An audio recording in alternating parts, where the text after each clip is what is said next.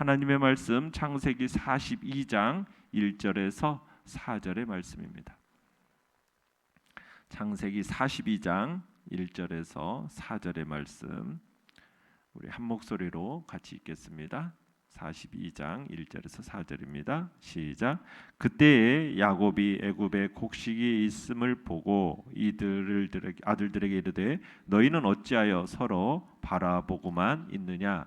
야곱이 또 이르되 내가 들은즉 저 애굽에 곡식이 있다 하니 너희는 그리로 가서 거기서 우리를 위하여 사오라. 그러면 우리가 살고 죽지 아니하리라 하매 요셉의 형 10사람이 애굽에서 곡식을 사려고 내려갔으나 야곱이 요셉의 아우 베냐민은 그의 형들과 함께 보내지 아니하였으니 이는 그의 생각에 재난이 그에게 미칠까 두려워함이었더라.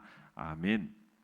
오늘 말씀의 제목은 상처에 머물지 말고 앞으로 나아가라 라는 제목으로 말씀을 나눕니다.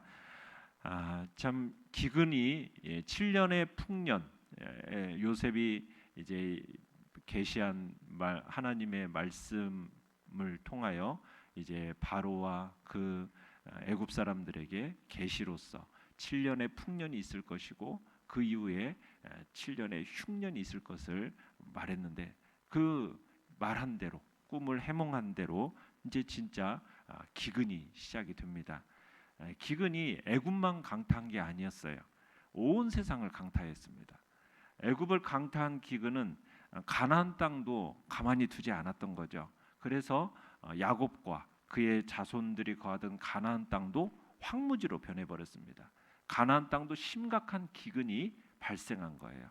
그냥 첫 해는 어떻게든 그럭저럭 견딜 수가 있었겠죠. 지금까지 있었던 7년의 풍년을 통해서 준비하지 않았어도 1년은 그럭저럭 버틸 수가 있었는데 기근이 2년째 접어들면서 가나안 지역 안에서는 식량을 구할 수 있는 뾰족한 대책이 없었어요.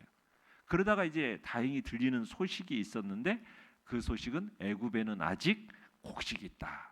그리고 외국인들도 얼마든지 구입할 수 있다라는 소식이 들려진 겁니다. 이제 먹을 것이 이제 떨어지니까 야곱의 아들들은 아무런 근데 대책이 없었어요. 그냥 무능하게 서로의 얼굴만 쳐다보고 있었다라는 겁니다. 자, 내용 관찰 문제 1번을 보십시오. 야곱은 가나안 땅에도 기근이 발생하자 아들들에게 무엇이라고 말합니까? 자, 1절 2절을 읽습니다. 시작. 그때 야곱이 애굽에 곡식이 있음을 보고 아들들에게 이르되 너희는 어찌하여 서로 바라보고만 있느냐. 야곱이 또 이르되 내가 들은즉 저 애굽에 곡식이 있다 하니 너희는 그리로 가서 거기서 우리를 위하여 사오라. 그러면 우리가 살고 죽지 아니하리라 하매. 자, 야곱의 아들들은 서로 눈치만 보고 있는 모습을 보고 책망합니다. 너희는 어찌해서 서로 바라보고만 있느냐. 지금 야곱의 말이 그런 거죠. 집안에 닥친 이 기아의 문제를 해결하기 위해서 어떤 직접적인 행동을 취하지 않고 왜 그저 너희들을 관망만 하느냐 하면서 아들들에 대해서 비난하는 말입니다. 야곱이 이제 애굽에 양식이 있다 이 소문을 듣고 아들들에게 이제 애굽에 가서 그러면 곡식을 사와라 이제 명령을 내리죠. 근데 야곱이 가족들을 이끌고 애굽으로 직접 내려가진 않아요. 아들들만 보내서 곡식을 사오도록 지시해요. 우리가 아브라함 때나 이삭 때를 보시면 흉년이 들면 어땠어요? 가족들을 이끌고 직접 애굽 땅으로 내려가는 장면들을 우리가 봤었잖아요. 그런데 야곱은 그렇게 하잖아요. 야곱은 그냥 소문을 듣고 아들들만 보내고 있다라는 거예요. 그 이유가 뭔지에 대해서 여기에 직접적으로 나타나 있진 않아요. 그런데 나중에 이제 야곱이 바로 앞에 섰을 때 이제 바로에게 이런 말이에요. 자신은 험악한 세월을 보냈다. 그리고 그 이방 땅에서 겪었던 고생, 또 130세라는 고령 이런 걸 생각해 볼 때 이방 땅으로 이렇게 이주하는 것에 대한 두려움이 야곱에게는 있었던 것 같아요. 또 뿐만 아니라 가나안 땅을 떠난다라는 것을 야곱이 두려워하는 것은 뭐냐면 야곱의 이름이 이스라엘로 이렇게 바뀌지 않았습니까? 그랬을 때 이 야곱의 신앙이 한 단계 크게 성장했다는 거예요. 그러면서 야곱은 과거 아브라함이나 이삭이 이 애굽 땅으로 내려간 것에 대해서 하나님이 기뻐하지 않으셨다는 사실을 잘 알고 있었어요. 그리고 하나님께서 약속하신 이 가나안 땅을 떠나지 않는 것이 그것이 중요하다라는 것을 야곱은 스스로 느끼고 있었기 때문에 지금 애굽 땅으로 내려가지 않은 겁니다. 야곱이 이제 나중에 어쩔 수 없이 이제 애굽으로 이주해야만 되는 상황이 생기잖아요. 그때 하나님 이 요셉이 이제 애굽으로 오라 그랬을 때 모두 함께 이제 가기로 마음을 먹는데 야곱은 그때도 주저주저해요. 주저주저하면서 어떻게 하느냐? 하나님께 먼저 예배를 드립니다. 그리고 하나님의 뜻을 구해요. 그러자 하나님께서 뭐라고 하냐면 내려가라. 두려워하지 말고 내려가라. 요셉과 이제 함께 할 것을 말씀하시고 그리고 나서야 야곱이 이제 가나안 땅을 떠나서 애굽으로 가는 것을 보게 되거든요. 그러니까 야곱은 애굽 땅으로 이주하지 않은 이유는 하나님의 뜻을 분별하면서 그 뜻을 따라서 순종의 길을 이렇게 선택하는 그 야곱이었기 때문에 애굽으로 내려가지 않았던 겁니다. 또 여기서 우리가 볼 수 있는 건 뭐냐면 그러면 우리가 살고 죽지 아니하리라 이 말이 있잖아요. 그러니까 이 당시에 기근이 얼마나 생명을 위협할 정도로 심각했는지를 보여주고 있는 겁니다. 그러니까 양식을 애굽으로 사러 지금 가는 일이 이 죽고 사는 문제와 연결시키고 있다라는 거예요. 그만큼 지금 심각한 기근이 이 가나안 땅에도 있었다라는 거죠. 그래서 가족과 가축과 생명과 관련된 일이었기 때문에 종들을 보내지 않고 아들들을 직접 보내고 있는 겁니다. 자, 내용과 첫 번째 2번을 보시면 애굽으로 내려간 사람들과 가지 않은 사람은 누구입니까? 자, 3절 4절을 읽어보겠습니다. 시작. 요셉의 형 10사람이 애굽에서 곡식을 사려고 내려갔으나 야곱이 요셉의 아우 베냐민은 그의 형들과 함께 보내지 아니하였으니 이는 그의 생각에 재난이 그에게 미칠까 두려워함이었더라. 자, 애굽으로 내려간 사람들은 누구입니까? 요셉의 형 10사람. 그러니까 장자 르우벤을 비롯한 요셉의 열 형제들이 이제 곡식을 사기 위해서 애굽으로 내려갑니다. 야곱의 아들들이 한두 명이 간 게 아니라 10명이 애굽으로 내려간 거예요. 자, 거기서 누구는 가지 않았어요? 요셉의 아우 베냐민은 보내지 않았어요. 이유가 뭐였을까? 자, 10명이나 애굽으로 내려간 이유에는 아마 장거리 여행이었기 때문에 여러 가지 위협으로부터 보호할 수 있도록 그 당시 이제 야곱이 헤브론에서 살던 곳에서 애굽까지의 거리는 약 400km였다고 그래요.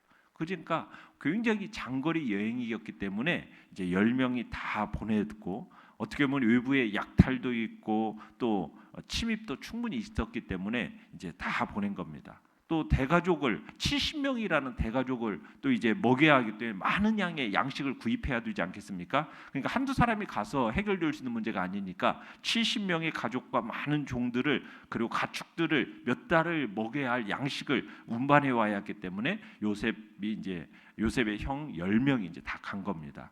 또 이 당시 기근이나 가난이 애굽에만 있었던 게 아니에요. 전체 어떻게 보면은 주변 나라 모두에 퍼져 있었기 때문에 주변 나라 모든 사람들이 아마 애굽에서 이제 배급을 받았을 거 아니겠어요? 구매량에 있어서 1인당 제한이 있었을 걸로 보는 거죠. 그래서 조금이라도 더 많이 구입하기 위해서 10명의 형제들을 다 보냈던 것으로 보입니다. 자, 연구와 묵상 문제 3번을 보시면 야곱은 왜 애굽으로 양식을 구하러 베냐민만 보내지 않았습니까? 자, 왜 야곱이 베냐민을 그의 형들과 함께 양식을 구하러 보내지 않았습니까? 이유가 뭐겠어요? 말씀은 애굽으로 보냈다가 베냐민에게 재난이 닥칠까 두려웠기 때문이다. 이렇게 얘기하고 있죠. 자, 베냐민이라는 존재는 어떤 존재냐? 야곱이 늙어서 얻은 아들입니다. 그런데다가 그가 그토록 사랑했던 아내 라헬이 그를 낳다가 죽었어요. 그러니까 다른 아들들보다도요, 이 베냐민에 대한 사랑이 각별했다는 얘기입니다. 그런데다가 라헬이 낳은 아들이 요셉과 베냐민이란 말이에요. 그런데 요셉은 어떻게 됐어요? 이미 잃은 상황이에요. 그러니 하나밖에 남지 않은 이 베냐민이라도 잘못될까 봐 걱정이 되었던 겁니다. 그리고 오래전에 이 요셉을 잃은 아픔이 야곱의 가슴에 쓰라린 상처로 남아 있었던 거죠. 자기가 요셉을 형들의 안부를 보냈다가 그들다가 잃어버렸다라는 것이 내가 왜 요셉을 보냈을까라는 자책이 아마 아버지로서 그 마음속에 있었던 것 같아요. 그래서 또 베냐민도 보냈다가 또 무슨 재난이나 닥치지 않을까라는 그 두려움, 또 사랑하는 아들을 잃게 될까 하는 두려움, 그래서 베냐민을 보내지 않기로 결정한 겁니다. 그런데다가 여기에 암시하는 내용이 있어요. 야곱이 이 요셉의 이 행방이 묘연한 것에 대해서 이 다른 아들들이 연루가 되지 있다라는 조금이나마의 의심이 야곱 속에 또 있었던 것 같아요. 그래서 야곱이 아들들에게 하는 말을 잘 살펴보면은 나는 너희들이 베냐민에게 무슨 짓을 할까봐 못 믿겠다라는 그런 뉘앙스가 이 속에 또 내포가 되어 있어요. 그래서 지금 베냐민을 보내지 않은 겁니다. 자, 느낀 점 4번입니다. 과거 요셉을 잃은 상처에 묶여 소극적으로 살아가는 야곱의 모습을 보며 무엇을 느낍니까? 우리가 참 과거의 상처에 붙잡혀 있으면요, 우리가 새로운 도전을 한다라는 것이 두렵습니다. 그래서 그 두려움 속에 머물며 살게 된다라는 것을 우리가 이 야곱의 모습 속에서 또한 느끼게 돼요. 그래서 우리는 어떻게 해야 되냐? 하나님의 은혜를 구하면서 우리가 과거의 그 상처를 내려놓고 믿음으로 적극적인 삶을 살아가야겠다라는 결단이 우리에게 필요합니다. 고난이라는 것이 우리의 인생 속에 있어요. 근데 그 고난이 상처가 되어서 소극적으로 살아가면은 그것은 우리의 인생에 참 하나님의 은혜와 풍성함을 받아들이는 데 있어서 방해가 됩니다. 고난을 당할 때 우리가 고난에 대해서 어떤 생각을 가져야 됩니까?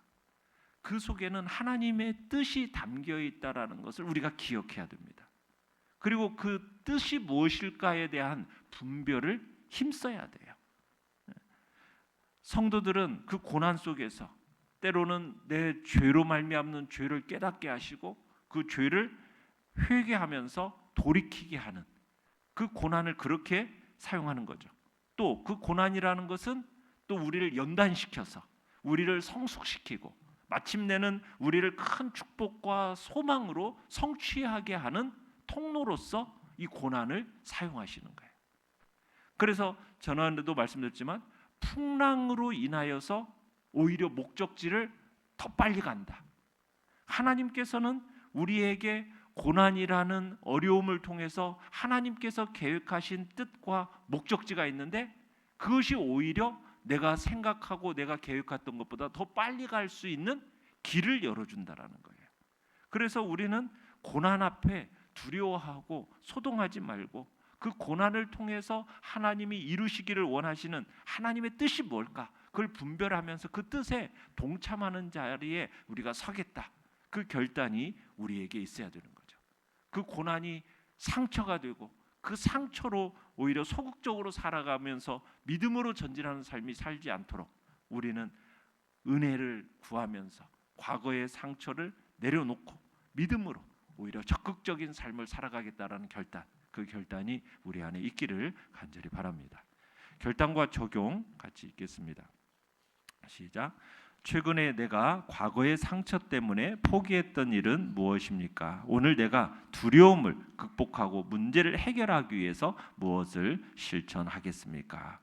오늘 내가 과거의 상처 그거 주님 앞에 내려놓겠다라는 결단, 오히려 그 믿음으로 내가 적극적인 삶을 살아가겠다. 그래서 그 두려움을 극복하고 하나님이 주시는 이 문제들을 해결하고 그 고난 속에 담겨져 있는 하나님의 뜻을 분별하는 자리에 내가 서겠다. 이렇게 결단하면서 오늘도 하나님의 말씀을 붙들고 믿음으로 담대하게 나아가는 복된 자리가 되시기를 간절히 바랍니다. 오늘의 기도 같이 읽겠습니다. 시작.